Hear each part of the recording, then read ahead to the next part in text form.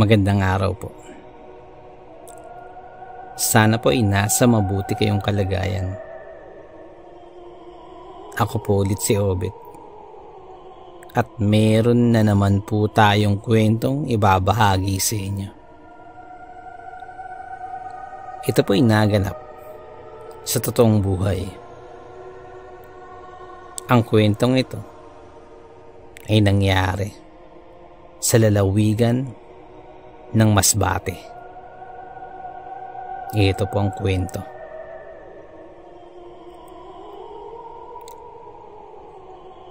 Lemado, dehado, logis. Yan ang mga katagang normal na sa aming mga sabongero. At kung katulad kitang mahilig din sa sabong, panigurado ako na pamilyar ka sa mga salitang ito. Ako nga po pala si Francisco. O mas kilala sa tawag na Kikoy sa aming lugar. Ngunit ang kwentong ibabahagi ko ay hindi naman talaga tungkol lamang sa sabong. Dito nga pala kami sa Masbate nakatira. Medyo liblib ang aming lugar. Dahil kinakailangan mo pang magbangka papunta sa aming baryo mula sa bayan. Nahilig ako sa mga panabong dahil sa aking tiyuhin. Siya si Tio David. Sa aming pamilya ay ako lamang at si Tio David ang mahilig mag-alaga ng mga panabong. Dahil sila tatay ay walang hilig dito. Ang sa kanila ay yung mga pangkatay na manok lamang. Kaya simula nung ako'y bata hanggang sa magbinata, talagang manok at sabong ang aking naging libangan. Hanggang sa magkaasawa ako. Isa rin ako magtatari. At isa sa pangarap ko ay yung maging tanyag na magtatari sa aming lugar. Kaya lang, ang kakayahan ko sa pagtatari ay ginagawang katatawanan lamang ng mga kabaryo namin at ng mga kapwa ko mananabong. Sa dahilang sa lahat ng ang tinarian ko ay lamang pa ang talo kaysa sa panalo. Kaya wala nang nagtitiwala magpatari sa akin. Kaya ang mga manok ko na lamang ang tinatarian ko. Buti na lamang ay palaging andid diyan yung aking asawa na si Minerva na laging nakasuporta sa akin. At syempre ang aking mga kumpare. Maayos ang aming pagsasama ng aking asawa. Iyon nga lamang ay hindi pa po kami nabibiyayaan ng anak. Sabalit, hindi yun naging hadlang sa aming pagsasama. Bagamat wala pa kaming supling, ay patuloy pa din ang aming pagsasama na puno ng pagmamahal at kasiyahan. At dahil din dun, ay lalong nabaling sa mga manok ang aking atensyon. Dahil pagkagising pa lamang sa umaga, ay agad-agad ang mga manok ko ang inaatupag ko. Kahit wala pang hilamos, pinupuntahan ko agad yung mga panabong ko. Pinapakain, pinapaliguan ko ang mga ito. Binubugahan ko pa ng tubig ang mga panabong ko pag nagmumumug ako. At higit sa lahat, kinakausap ko ang mga to dahil pakiramdam ko naiintindihan ako ng mga to. At sa lahat ng mga manok na aking panabong, ay may 3 akong napili na para sa akin ay mga pinakamagagaling at talagang maaasahan ika nga. siya si Bagwis o yung pulahan. Si Batik, siya naman yung talisain. At si Ganador, siya yung itim. Ganador din ang tinawag ko dahil makailang beses na tong nanalo. Isang araw, matapos kong mapakain ng mga manok ko, ay dinala ko na si Romnick sa bundok para dun ipastol, na lagi ko naman nakakagawian.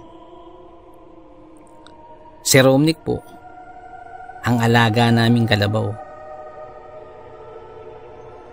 Makalipas ang kalahating oras na paglalakad, ay bumalik na ako sa amin. Nang bigla na lamang na nagdilim ang kalangitan. Kaya hinayaan ko lamang dahil sa isip-isip ko ay matutuwa si Romnick dahil umulan. Nang maya-maya pa ay biglang kumulong at bahagyang lumiwanag ang kalangitan. Hudyat na magkakaroon ng mga pagkidlat at kasabay nun ay bumuhos na ang malakas na ulan. Kaya walang ano-ano ay binalikan ko agad si Romnick sa bundok. Dahil maraming pagkakataon na kasi sa lugar namin na natatamaan ng kidlat ang mga kalabaw. Kaya hindi na ako nakapagdala pa ng pamandong. Dahil agad-agad kong binalikan si Romnick sa bundok. Makalipas ang halos 20 minutong paglalakad ay nakabalik na ako kay Romnick. At hila-hila ko na ito pabalik. Nang lumakas pang lalo ang ulan. Ilang saglit pa ay biglang nagliwanag naman ang kalangitan. Kasunod nun ay dumadagundong ang kalangitan dahil sa napakalakas na kulog. Kaya naghanap ako ng pwedeng maasilungan. Nagpalingalinga pa ako. Subalit wala akong makita na anahaw o dahon ng saging man lamang. O kahit anong puno na may malalapad na dahon para man lamang pamandong dahil sa lakas ng bugso ng ulan. Kakahanap ko, ako ay nabigo. Ang tanging natatanaw ko lamang na puno ng mga sandaling yun ay ang mangilan-ngilan na matayog na puno ng niyog.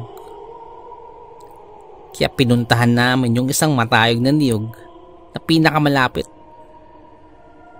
At ang katabi nito ay ang hindi kataasan na puno din ng niyog na wala pang bunga.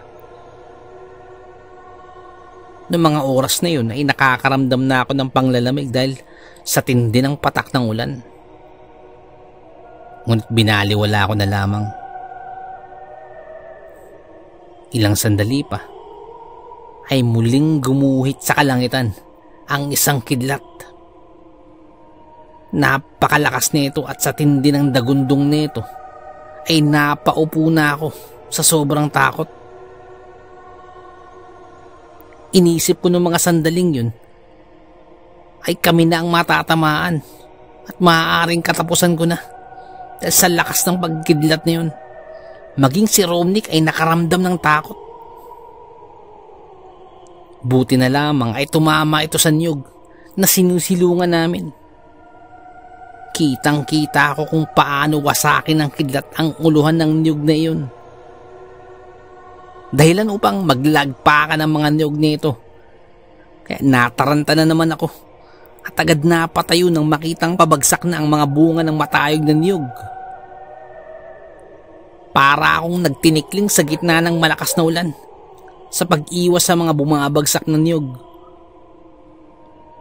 Dahil tiyak pag natamaan ako nito ay basag ang aking ulo. Sa awa naman ng Diyos ay hindi ako nasaktan at maging si Romnick.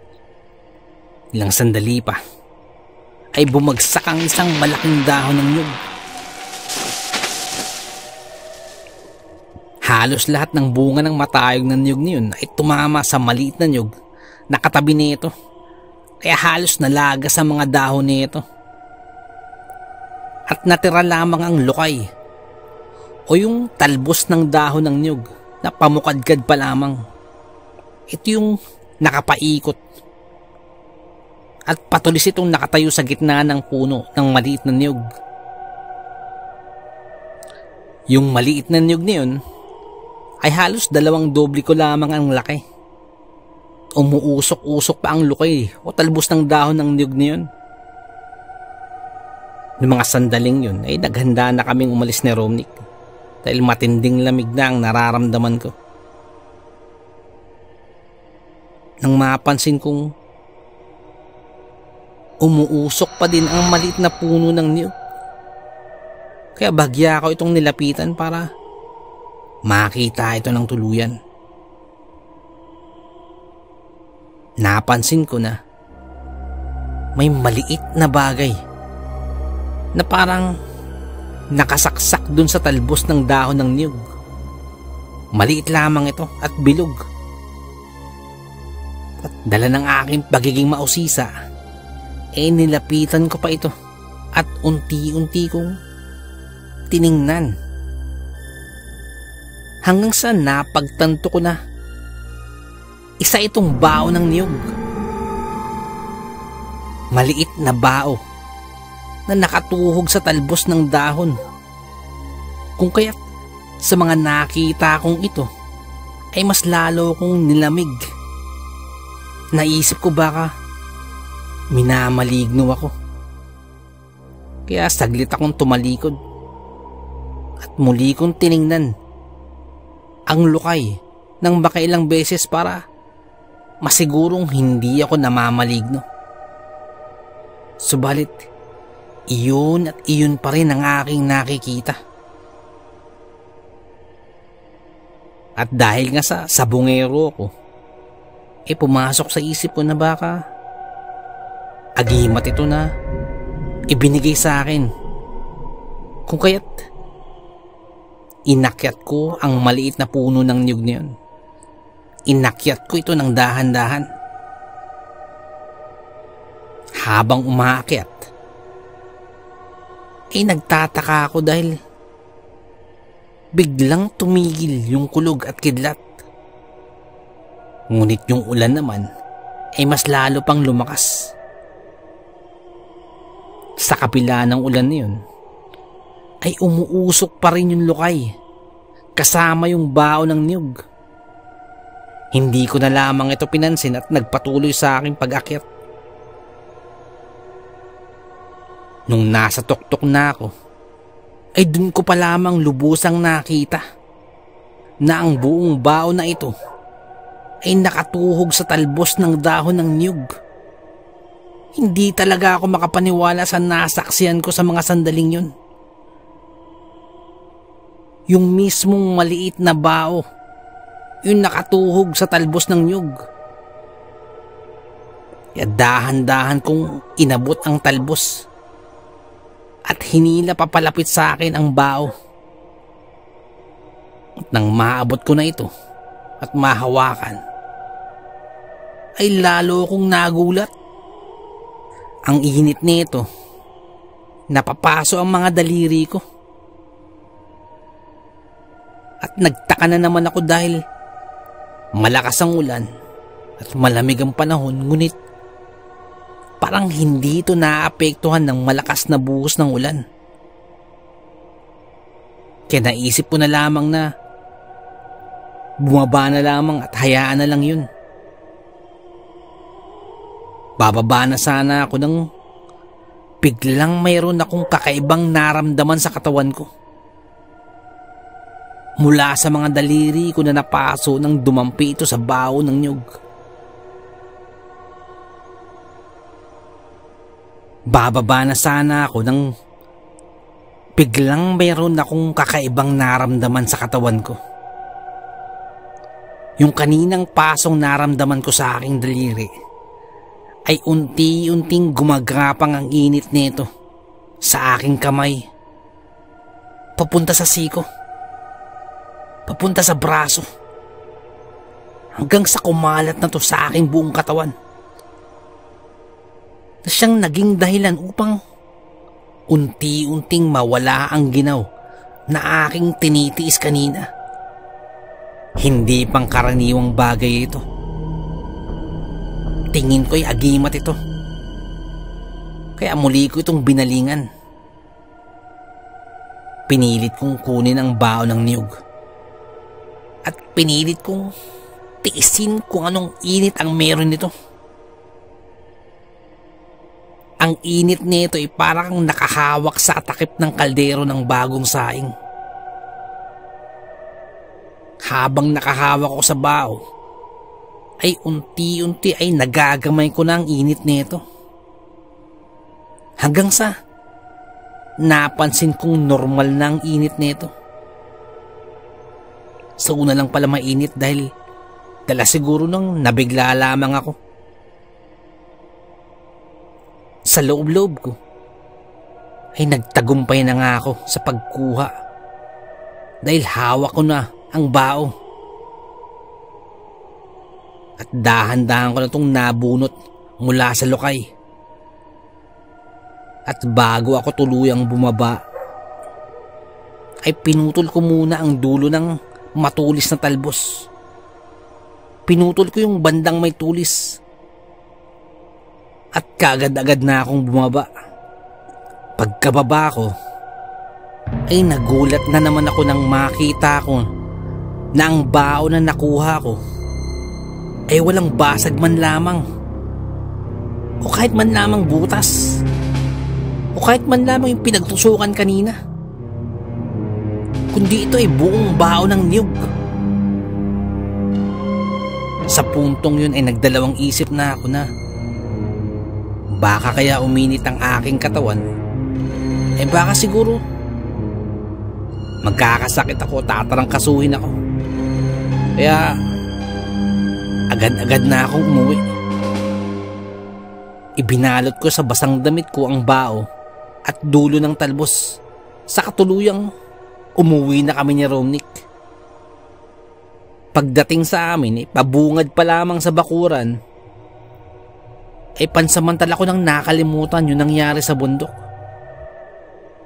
At dali-dali kong sinilip ang 3 panlabang manok ko. Kagaya ng aking nakaugalian, kinausap ko ang mga ito at pinapalakas ko ang loob.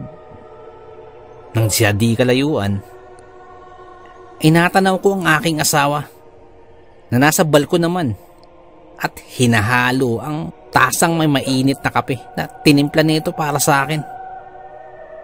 Habang pailing-iling ito, habang nakatitig sa akin.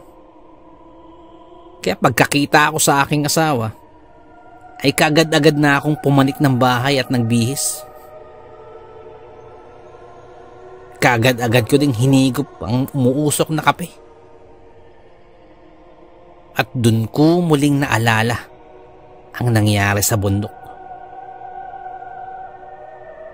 Agad ko itong ikinuwento kay Minerva. Ikinuwento ko ang buong pangyayari sa bundok. Matapos kong ikwento, pangiti-ngiti lamang sa Minerva. Hindi ito naniniwala. Kaya inilabas ko yung nakabalot sa damit, yung dulo ng talbos at bao, at inilatag ito sa mesa bilang pruweba. Subalit kakikitaan pa din si Minerva nang hindi paniniwala sa akin. Ilang sandali pa ay nagsalita ito. Mahal, ang kengkoy mo talaga, no? Sabay tawa nito. Kaya napabuga na lamang ako sa hangin. Kinagabihan, naglabas ako ng maliit at matalas na kutsilyo at lagaring bakal. Inilapag ko ito sa mesa. Naglabas din ako ng palara at tali ng sintas. At muli kong inilabas ang bao na nakuha ko kanina sa bundok. Tinitingnan ko itong maigi. At agad kong napansin, meron lamang itong iisang mata. Kaya naisip kong biyakin ito at gagawin kong kwintas. Kaya una kong nilagari yung bao. Nagguhit ako ng pabilog sa parting mata ng bao at binaybay ng aking lagari ang guhit na pabilog. Nang matapos ito, kiniskis ko ang nalikha kong pabilog sa liha para maalis ang talas nito sa paligid ng pinaglagarian. Yung mga kusot na likha ng lagari galing sa bao ay inipon ko ito sa isang may maliliit na ginupit-gupit na palara ng sigarilyo. Matapos yun, ginupit ko ang magkabilang dulo ng itim na sintas. Inalis ko ulit at tapos binutas ko ang mata ng bao. Kinalikot ko yung dulo sa pamamagitan ng kutsilyo at ipinasok ko sa butas ang dulo ng sintas. Kasabay nun itinali ko ang magkabilang dulo at ginawang kwintas. Bago ko ito isunod sa aking liig, ay nag-isip ako na kung totoong agimat ba ito, ay dapat gawan ko ito ng parang ritual o dasal man lamang. Kaya nag-isip ako. Naisip kong ilatag muna ito sa mesa. Kasabay nun ipumikit ako sa harap ng ginawa kong kwintas at idinikit ang dalawang palad at mabilis na ikinuskus ang mga ito. Bigla akong dumilat at idiniin sa kwintas ang aking dalawang palad. Sabay nagwika ako ng abracadabra. Gumana ka ngayon din. Naghintay ako ng ilang sandali. Subalit, walang nangyari. Kaya inulit ko ito ng makailang beses. Pero wala talaga. Kaya nasabi ko na lang sa sarili ko na mukhang walang bisa. Kaya isinuot ko na lamang ang kwintas at hindi na akong umasa pa na magkakaroon ng bisa to. Yung ibang piraso ng bao ay itinabi ko. Matapos yun, ay kinuha ko muli yung dulo ng talbos ng dahon. At naisip ko na dito ko na lang ilagay yung kusot mula sa bao. Kaya winakwak ko yung dahon at kumuha ako ng parte ng dahon na yun na medyo malapad. At dun ko inilagay yung kusot ng bao. Binilot ko ito ng mahigpit at ibinalot sa palara na mahigpit din. Naisip ko na gagawin ko tong panapin. Ito yung nilalagay ko sa paanan ng manok kapag lalaban na. Ito ang aking isisiksik sa paa ng manok katabi ng tari. Saka tatalian nito kasama ang sapin para manalo ang manok ko. Habang kinakausap ko ang aking sarili, ay maya-maya pa nakarinig ako ng pagbungis-ngis. Nang mapalingon ako ay ang aking asawa pala na kanina pa tawa ng tawa sa aking pinagagawa. Kaya mabilis kong itinago ang aking mga panapin. Kasabay nun natulog na kami. Kinaumagahan, kagaya ng dati kong nakagawian, manok kaagad ang aking unang inatupag. Inihahanda ko ang 3 paboritong panabong ko dahil dadalhin ko ang mga to sa kabilang baryo sa piyestahan. Kagaya ng dati, kinakausap ko ang mga ito patungkol sa magiging laban sa piyesta. Matapos yun, naligo muna ako at nagalmusal para umahon sa bundok para sa aking alagang kalabaw. Nang muli kaming pumanhik sa bundok, ay muli kong nadaanan yung puno ng niyog na pinagkuhanan ko ng bao. Pagdaan ko rito, ay natuyot na ang talbos nito. Ngunit binaliwala ko na lamang. Pagka-uwi namin kinahapunan, ay dinayo ako ng aking mga kumpare. 4 sila. At may daladalang mga alak. 4 na tanduay lapad ang daladala nila. Kaya napailing na lamang ako nung makita ko ang kanilang bit-bit-bit-bit. Sabay nun tinawag ko si Minerva na kasalukuyang nagluluto ng adobong manok. Ilang saglit pa ay may tumawag na sa aming bakuran. "Paring Kikoy, inom na tayo. Pakibukas ng pinto. Pakibukas ng pinto ng bakod nyo, baka matrespassing pa kami." Pabirong sigaw ng isa kong kumpare. Kaya kaagad-agad ko naman itong pinagbuksan. "Oh, mga pare, ang lakas ng pangamoy nyo ah. Siguro naaamoy nyo sa malayo yung niluluto ni Mrs. na adobo." Hehe. Wika ako naman sa 3 na nagbunga ng malakas na halakhakan. Kaagad na kami nagpwesto sa aming sala para sa magiging inuman. Ang aming sala ay halos lahat ng muebles doon ay yari sa kawayan. Maging mesa, upuan, at pati yung mga upuan na may sandalan ay lahat ay sa kawayan yari. Inilatag na sa mesa ng mga kumpare ko yung 4 na tanduay lapad. Habang ako ay sumaglit sa kusina at kumuha ng pitsil na may tubig, tagayan at baso. Paglabas ko, ay kasabay ko ng aking asawa na may dalang malaking mangkok na ang laman ay mamula-mula at malalaking tipak o gayat ng karning manok. Umuusok pa ang mga ito na halatang bagong luto. At sa ibabaw ng karne ay may nakapatong pa na 10 siling labuyo. Batid na to ng aking asawa. Alam niya na ang hilig namin pagdating sa pulutan mapaisda o karne laging may sili. Ilang sandali pa ay tinawag ko ang aking asawa. "Mahal, makikisuyo naman oh. Ibili mo muna ako sa tindahan ng isa pang tanduay. Kulang itong dala nila. Parang ayaw nila akong lasingin, 4. Kanila lang ito eh."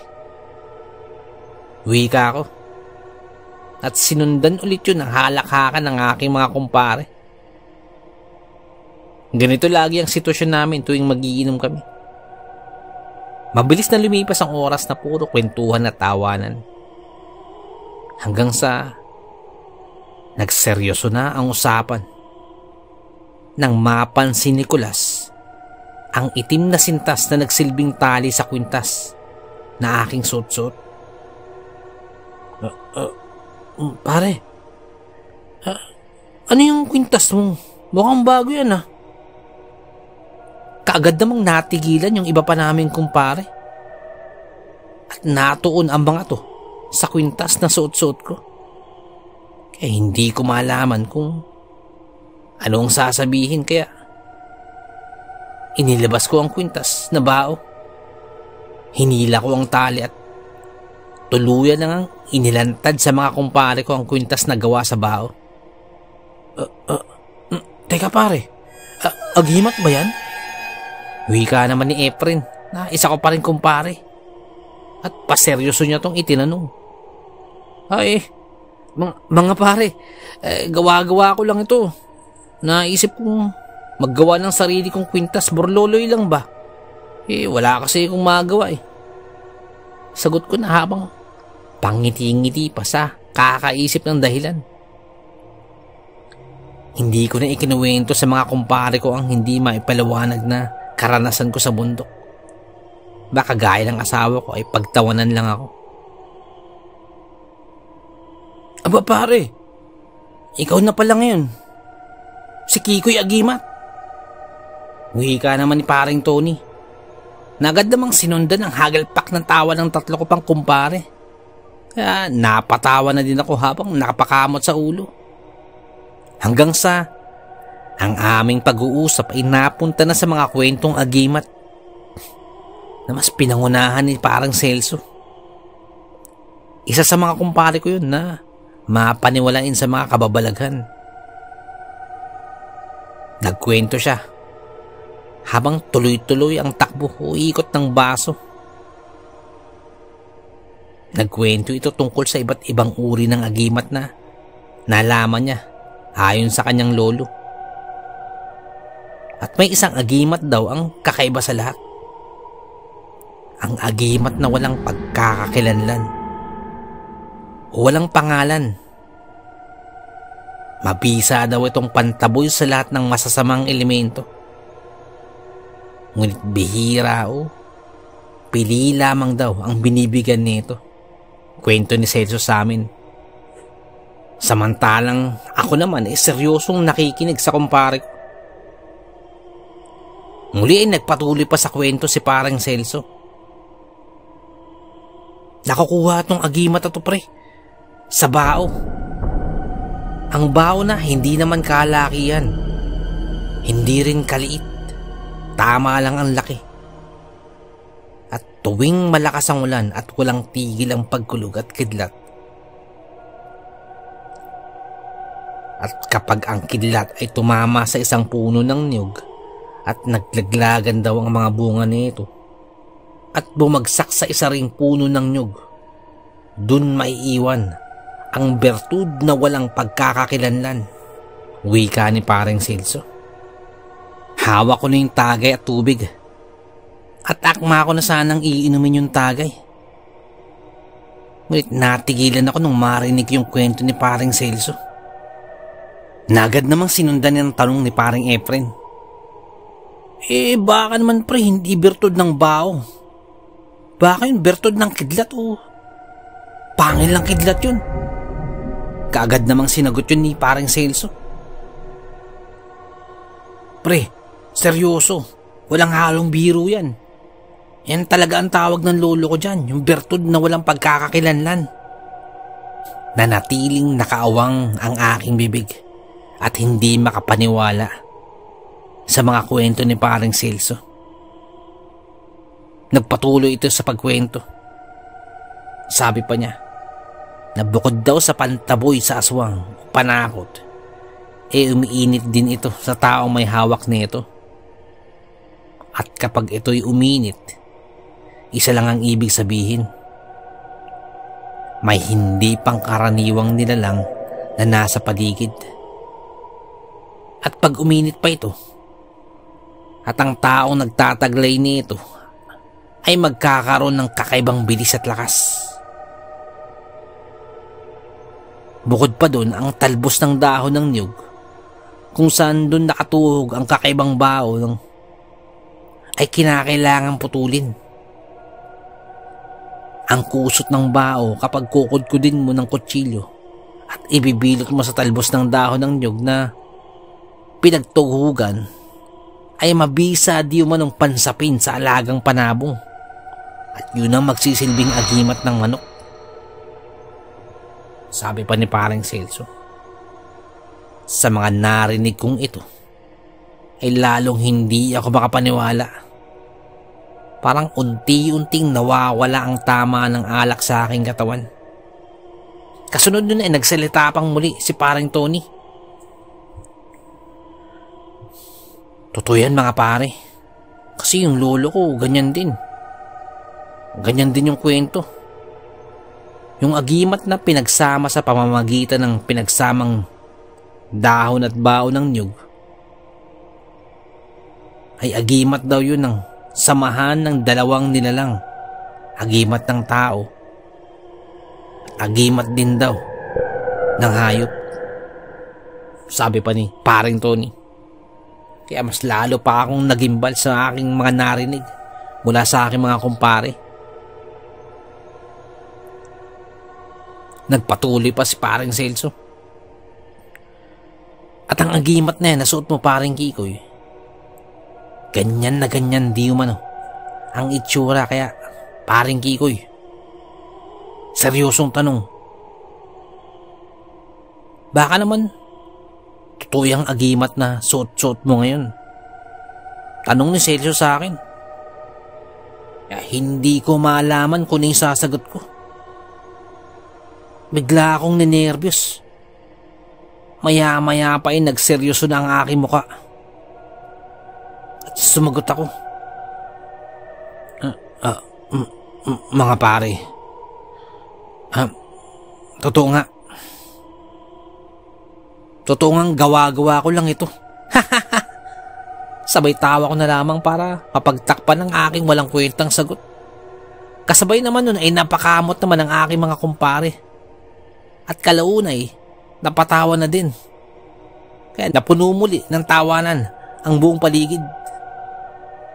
Malalaman din namin yan. Malalaman din namin pilit pre. Oras na makabalitaan namin sunod-sunod ang pagkapanalo ng mga panabong mo. Wika naman ni paring Celso. Di maigi. Sunod-sunod din tayo magiinuman. Sagot ko naman. Hanggang sa nagpaalam na ang mga ito nang lumalaot na ang gabi. Bago ako matulog, dahan-dahan at pahigpit ng pahigpit kong piniga sa aking mga palad ang baon na kwintas na ginawa ko. Ilang sandali pa ay nakaramdam ako ng pagtataka dahil unti-unti kong nararamdamang umiinit ito sa aking mga palad. Kaya napabulong ako. Kung totoo ka, sana gabayan mo ako. At salamat na din sa'yo. Kasabay nun, hinalikan ko pa ito bago ako muling ikwinta sa akin. Katapos yun ay natulog na ako.